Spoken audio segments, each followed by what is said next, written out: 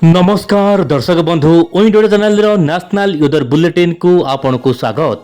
दर्शक बंधु पश्चिम झड़ शुष्क वायु आर्द्र वायु वर्तमान मिसी जाउछि राज्य रे, तथापि शीत उपर कोनोसी प्रभाव वर्तमान सुधा पड़ुना।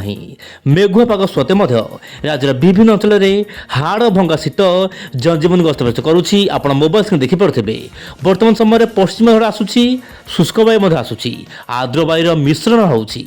तथापि दर्शक बंधु उपकूल रूपांत सबुठी तापमात्रा बढ़िया लगी। एपटे बात्या को लेकिन जीपीएस मॉडल आकलन कलानी। आसंतु आलोचना करबा समस्त पाणीपाग खबर आज अपडेट रे। हेले ता पूर्व देखिबा तापमात्रा केमिति रहिछि राज्यर प्रमुख सहर जिलार तापमात्रा। दर्शक बंधु वर्तमान समय देशर विभिन्न भाग में शीत राज करुछि। से अनुपात ओडिशा लगी रही शीतर स्थिति।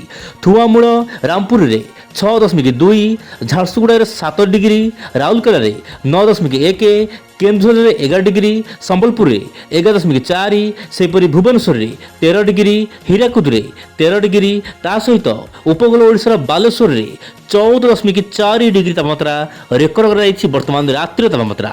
से प्रदेश कोल्ड वेव मान प्रबल बा भीषण शीत आपंकर कोरापुट जो रोचे कंधमाल ता सहित कलाहांडी एपटे अनुगुड़ ता सहित रोचे आपंकर जमीक झारसुगुड़ा ता सहित सुंदरगढ़ यही सब जिला स्थान स्थान प्रबल कोल्ड वेव परिस्थिति देखा मिल पारे। एमतीक बरगढ़ में स्थिति अणायत हो पारे कोल्ड वेव पाई। कोल्ड वेव्र अर्थ हो दर्शक बंधु प्रबल शीत, प्रबल जाड़, शीतुआ पवन सामान्य भाव में अधिका। से सब जिला को येलो अलर्ट रही। आप निश्चय सतर्क रुहतु। सकाळु बाहर समय आप निश्चय मुंडे टोपी आप स्वेटर कि गरम पोशाक परिधान करूँ। बर्तमान देखा वायु चलन नहीं कौन हो पूर्वानुमान स्थिति को अणायत करुच्ची उत्तरा वायु, पश्चिमा वायु, शुष्क शीतल वायु। आप मोबाइल स्क्रीन देखिपे जम्मू काश्मीर नहीं कि हिमाचल प्रदेश, हिमाचल प्रदेश नहीं कि उत्तर प्रदेश, उत्तर प्रदेश नहीं कि छत्तीसगढ़ ओडिशा पर्यंत वर्तमान उत्तर पश्चिम दिगु शुष्क वायु लगातार भाव में ओडिशा मध्यक आसुछि। किंतु आप जानते वर्तमान बंगोपसागर तल लाटिट्यूड गोटे घूर्णिबल संभावना रही जहाँ मॉडल आकलन करुच्ची। अनुमति आप देखिपे इंडोनेशिया सुमात्रा द्वीप आखपाख अंचल में गोटे घूर्णिबल सक्रिय रही जहाँकि परवर्त समय लघुचाप रूप नबार आशंका रही। किसी मॉडल कहते यह बात्या रूप नहीं पारे, किंतु डिसेम्बर बात्या कौन से आशंका ना। दर्शक बंधु हस लगुच जीएफएस मॉडल आकलन करुच्ची डिसेम्बर हो बात्या, किंतु यह संपूर्ण भूल हम कारण जीएफएस मॉडल सामान्य भिन्न आकलन करता है सब मॉडल ठारू।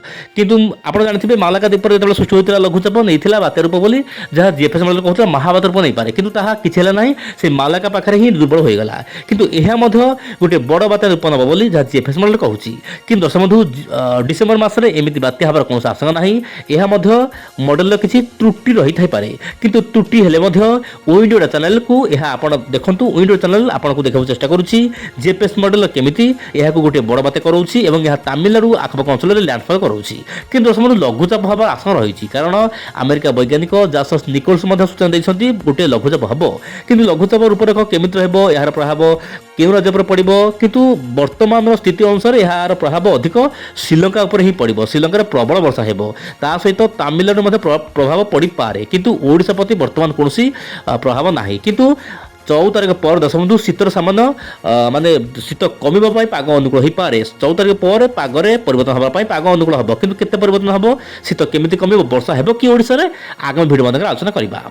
आज एतिकी पुणी देखा आसना काली। नमस्कार, जय जगन्नाथ।